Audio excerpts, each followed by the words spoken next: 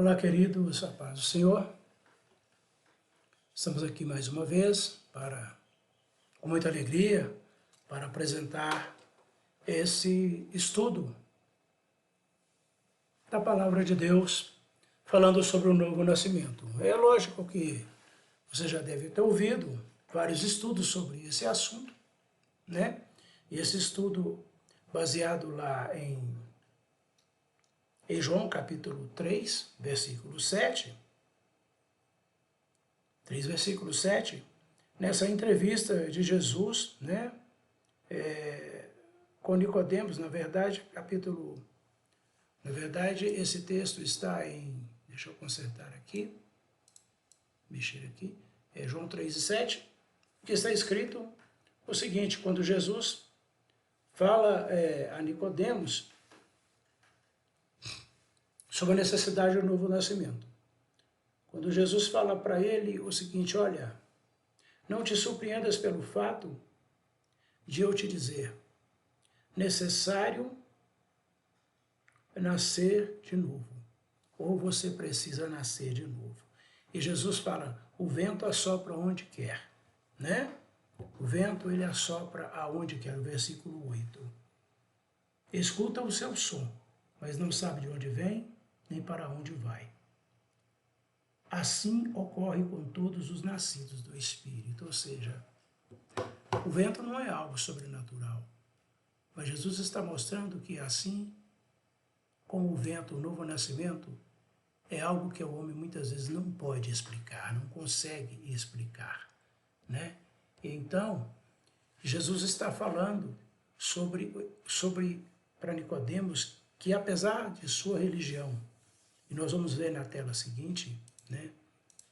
Apesar da religião de Nicodemos, e aqui eu vou reduzir bem a câmera, para reduzir o quadrado que projeta a câmera aqui, para não atrapalhar. Então, a gente começa a observar do que não é o novo nascimento. O que o novo nascimento não é. Ele não é uma nova religião, sabe? Não é simplesmente um estilo de vida. O novo nascimento é algo sobrenatural. É algo que está além das forças humanas e além da capacidade de um homem ou de um ser humano qualquer em poder se justificar diante de Deus. Isaías, ele diz no seu texto o seguinte: porque todas as nossas justiças diante de Deus é como um trapo de imundície. Por mais que a gente se sinta bom, por mais que a gente se sinta justo, isso não nos garante diante de Deus. Olha a situação de Nicodemos, né? Ele era um homem religioso. Ele era um príncipe dos judeus, ele fazia parte, né, daquele tribunal, né, dos judeus, quando eles tinham que julgar as questões, né? Você vê aqui no versículo 1 do capítulo 3 de João, diz que ele era um dos membros do Supremo Tribunal dos judeus, ou seja, ele era alguém que entendia, ele era alguém que praticava uma religião realmente, né? Mas isso não era suficiente, né? Nicodemos era um judeu orgulhoso, religioso. Saulo de Tarso vai na mesma linha, estou citando o Saulo de Tarso, porque ele vai na mesma linha, ele também era um judeu, zeloso das leis, né, que eles conheciam, mas isso não era o suficiente. E a gente aqui em Lucas, né, no capítulo 18, versículo 11 a 14, eu estou passando esse na frente de Cornélio, porque, na verdade, só para falar sobre o orgulho, quando esse fariseu ora no versículo 11 a 14 de Lucas, né? Olha só, o capítulo 18, 11 a 14. Presta atenção, que interessante a oração desses dois homens, do escriba e do fariseu. Olha que importante do fariseu e do publicano, na verdade, né? Veja bem, dois homens, começando do versículo 10. 2 homens subiram ao templo para orar. Um era fariseu e o outro publicano. O fariseu, em pé, orava em seu íntimo: Deus, eu te agradeço porque não sou como os outros homens, roubadores, corruptos, adúlteros, nem mesmo como este cobrador de impostos. Jejuo 2 vezes por semana e dou o dízimo de tudo quanto ganho. Às vezes ele fazia até mais do que muitos de nós fazemos hoje, né? Quantos de nós jejuamos 2 vezes por semana? É interessante isso. Muitas vezes nós pensamos que não é necessário mais jejuar, mas este não é o caso aqui. Entretanto, veja o publicano, ficou à distância e ele sequer ousava olhar para o céu, mas batendo no peito confessava: ó Deus, sê benevolente para comigo, pois sou pecador. Eu passei esse assunto na frente do ponto 3 para mostrar sobre o orgulho. O orgulho de uma religião, o orgulho de pertencer a uma classe, o orgulho de pertencer a alguma coisa. O orgulho destes homens em praticar a sua religião. Praticavam por orgulho, era um esforço humano. Não era algo sobrenatural, era um esforço humano que eles praticavam, né? E é interessante que Jesus fala que esse publicano, ele desceu justificado. Mesmo ele sendo considerado um pecador pelo fariseu, mesmo ele sendo considerado um roubador pelo fariseu, mas ele desceu justificado. Porque não é a nossa justiça que nos justifica diante de Deus. Não é. Quem nos justifica diante de Deus é a morte de Jesus na cruz do Calvário por nós. Observe que a história de Cornélio, que está relatada em Atos 10, a partir do versículo 2, você vai ver que Cornélio também era um homem piedoso. Ele era um homem piedoso. Ele era um homem bom, né? Você pegar o texto de Atos 10, né? Fala que este homem era piedoso e temente a Deus, e assim como toda a sua família, né? Ele era generoso em ajudas financeiras aos pobres e buscava continuamente a Deus em oração. Olha só. Ele era também um homem religioso. Era também um homem religioso. Não era judeu, né? Mas era religioso e era piedoso. Mas, quando o anjo aparece a Cornélio, né? E fala no versículo 3 que certo dia, por volta das 3 horas da tarde, ele recebeu uma visão. De forma clara, viu um anjo de Deus que, se aproximando dele, o chamou pelo nome, Cornélio. Estarrecido e com os olhos fitos no anjo, indagou: quem é, Senhor? Ao que o anjo lhe comunica: tuas orações e esmolas aos necessitados subiram como oferta memorial à presença de Deus. Agora, envia alguns homens a Jope e manda chamar Simão, também conhecido pelo segundo nome de Pedro. Ele está hospedado com Simão, o curtidor de couro, cuja casa fica à beira-mar. Então veja que este homem, apesar de toda a sua piedade e religiosidade, ele precisou de ouvir o Evangelho e de entregar sua vida a Jesus, e de crer em Jesus. Veja que a diferença, né, importante fica tão claro como é diferente praticar uma religião do que nascer de novo. Veja bem, se não está claro, né, esse argumento, esses versículos bíblicos, e esse argumento que eu apresento a você. Então, veja bem, querido, nascer de novo, né, é uma mudança interior no coração de uma pessoa. Ao passo que a religião leva a fazer coisas como um ato ritual religioso, Quantas pessoas praticam suas religiões, né? De tantas maneiras por aí, mas eles estão constantemente vivendo uma vida sem esperança, no engano de uma prática religiosa, porque na verdade a salvação ela não se resume a atos de piedade, e a atos de compaixão, e a atos de bondade, e a atos de liberalidade. A salvação, o novo nascimento, ela se baseia em crer em Jesus. Crer em Jesus.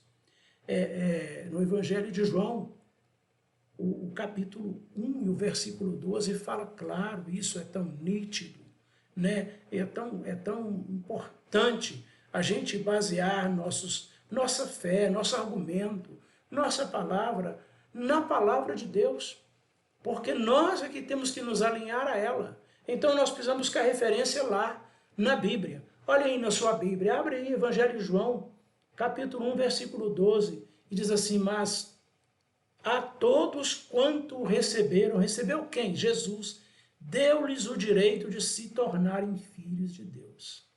Ou seja, aos que creem no seu nome. Veja que importante, querido. Então, atos religiosos, qualquer um pode fazer e tem o fim em si mesmo. No entanto, nascer de novo é uma obra do Espírito e somente o seu poder realizar no ser humano, mediante a sua disposição em crer em Jesus e, acima de tudo, em obedecer. É uma operação sobrenatural. É uma operação sobrenatural. Não é algo que nós simplesmente inventamos ou decidimos fazer de uma hora para outra. É algo de Deus, é algo superior, é algo que vem de cima para baixo. Então, não é uma resolução. Não é simplesmente assim, eu decidi, a partir de hoje eu não vou pecar mais, a partir de hoje eu não vou beber mais, a partir de hoje eu não vou fumar, a partir de hoje eu não vou xingar palavrão, a partir de hoje eu vou ser salvo. Você não decide ser salvo, sabe? Não é você que decide ser salvo. Você pode decidir crer em Jesus. Porque resoluções nós tomamos e nós falhamos sempre nelas, né?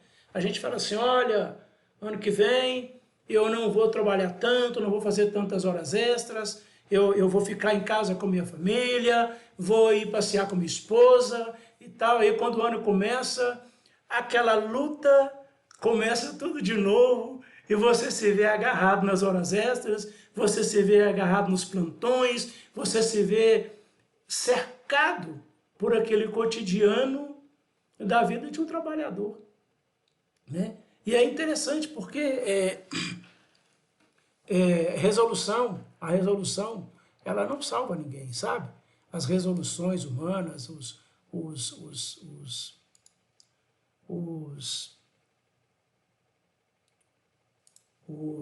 deixa eu voltar aqui, anterior. As decisões que nós tomamos muitas vezes não têm, assim, às vezes, o poder de nos salvar, sabe? E a gente fica muitas vezes perdido em nossas emoções, em nossos sentimentos, pensando que isso tem o poder de mudar nossas vidas. Pode até sim, a gente precisa tomar algumas decisões, mas em questão de salvação não é o suficiente. Não é o suficiente. O fundamental, na verdade, é crer em Jesus. Ninguém pode oferecer a sua justiça em vez de Cristo, o justo. Ninguém pode oferecer as suas boas obras em vez do sacrifício de Jesus Cristo. E o sofrimento pelos pecados dos homens. Nada substitui Jesus. Nada, nada. Então é interessante notar e observar isso. Nada substitui Jesus. Em Gálatas 2,16, olha que interessante, o homem é justificado pela fé, não por suas obras. Não é as obras do homem. As obras são importantes, mas na questão de salvação ele não tem o poder de salvar. Olha, Gálatas 2,16, veja bem, né? Estamos plenamente conscientes, entretanto, que o ser humano não pode ser justificado pela prática da lei. mas somente por meio da fé em Jesus Cristo, né?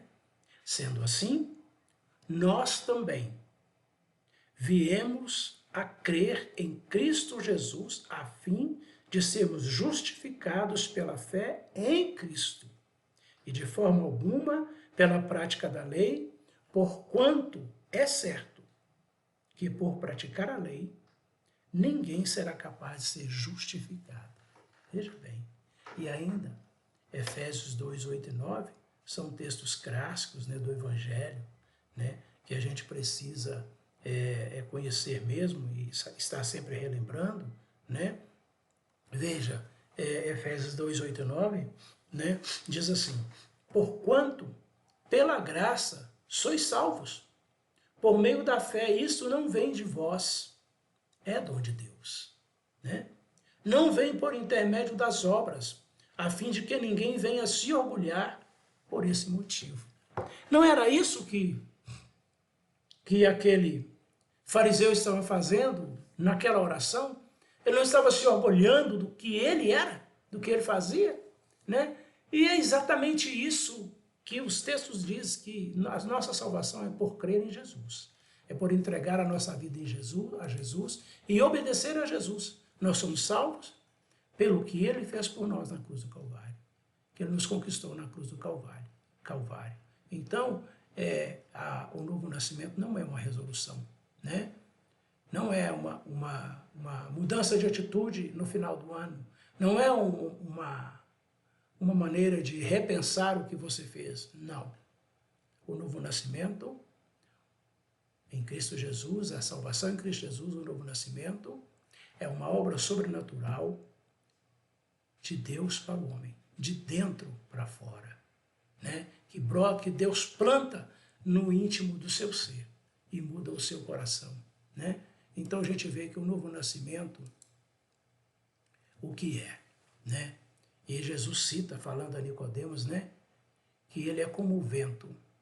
Você não pode dizer de onde vem no sentido de tocá-lo. Você pode sentir o vento, mas tocá-lo, né? O vento toca você e você não toca ele, né? Mas os seus efeitos são muito, muito reais, né? E ele traz a natureza de Deus. O novo nascimento traz a natureza de Deus. Você se torna uma nova criatura em Cristo Jesus. E o apóstolo Paulo ainda fala assim, porque as coisas velhas passaram, eis que tudo se fez novo, né?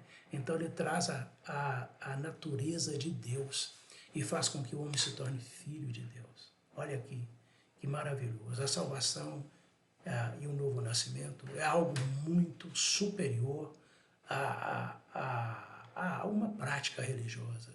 É algo muito superior a comportamento humano, sabe? Nós vivemos uma vida de piedade, uma vida de santidade, uma vida que agrada a Deus, não para sermos salvos. Vivemos isso porque somos salvos. É diferente, é diferente. O comportamento pode ser muito bom, mas até quando você vai continuar tentando forjar um comportamento, né? Então, o novo nascimento é algo maior.